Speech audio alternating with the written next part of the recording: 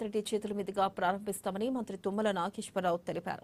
NTR Nagar market ఆవరణలో వ్యవసాయ market committee ఉద్యోగుల సెంట్రల్ ఫోరం డైరీ క్యాలెండర్ ఆవిష్కరణకు ముఖ్య అతిథిగా విచ్చేసి మాట్లాడారు.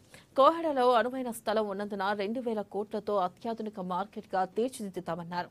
ఇక మార్కెటింగ్ ఉద్యోగుల పెన్షన్లు, జీతాలను 1వ తారీఖు చెల్లించే విధంగా చర్యలు తీసుకుంటున్నామన్నారు.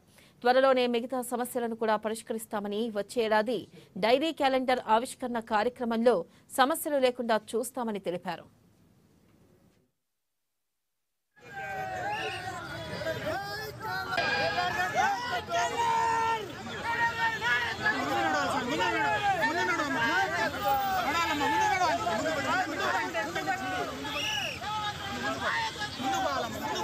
Honorable MLA की, Honorable former MLA की, Honorable Roads Development Corporation Chairperson की,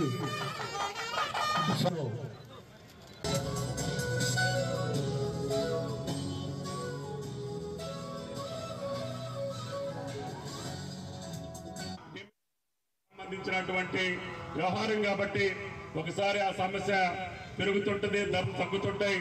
రైతులు ఆవేశంతో ఉన్నా మీ మీద దాడులు చేయాలనే సంకల్పం ఉండదు.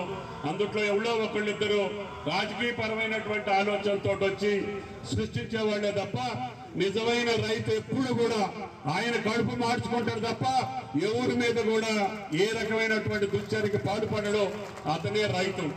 ఎందుకంటే ఇంతమంది కోట్లాది మంది ప్రజలకు అన్నం పెట్టేటటువంటి రైతు ఏ ఉద్యోగస్తున్నో ఏ రాజకీయ నాయకుడినో బాధ పెట్టాలనేది కాదు, కానీ కొంతమంది దీన్ని రాజకీయంగా ఉపయోగించుకోవాలని కొన్ని దుష్ట శక్తులు ఉంటాయి.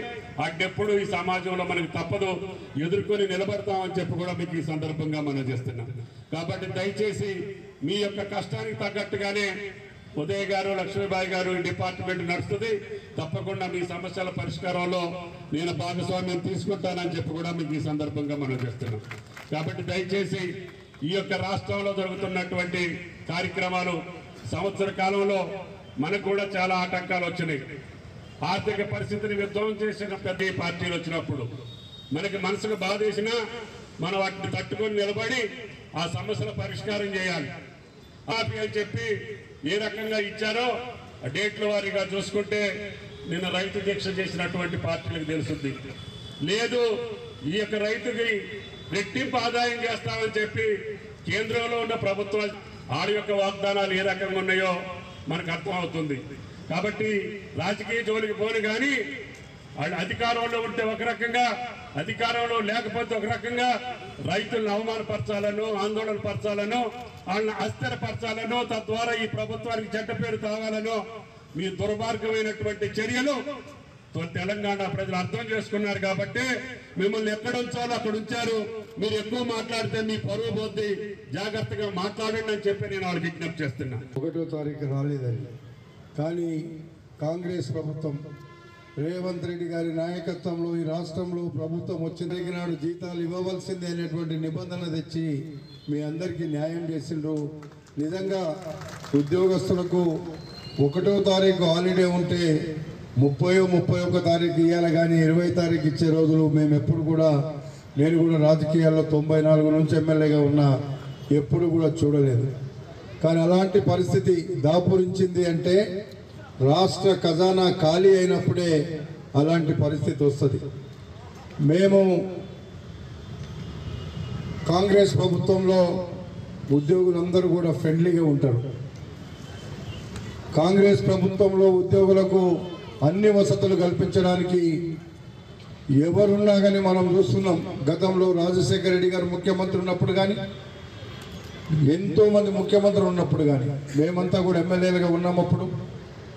అట్లాంటి అప్పుడు ఇకెట్ కంపెనీ నుంచి విడగొట్టి ఇక్కడ పెట్టినటువంటి రోజులు కూడా మీరు చూశారు. ఆ రోజు రైతు బజార్లు తెచ్చినాం.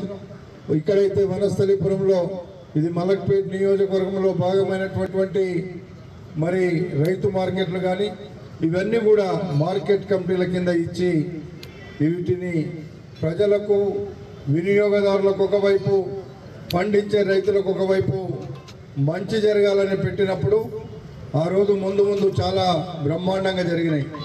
మీరు అంటున్నట్టు ఇక్కడ స్టాఫ్ తక్కువై రైతులకు న్యాయం జరగక ఇక్కడ ఉండేటువంటి వినియోగదారులకు న్యాయం జరగక మధ్య దళారులకు లాభం ఎక్కువ జరిగింది తప్ప మీ రైతుల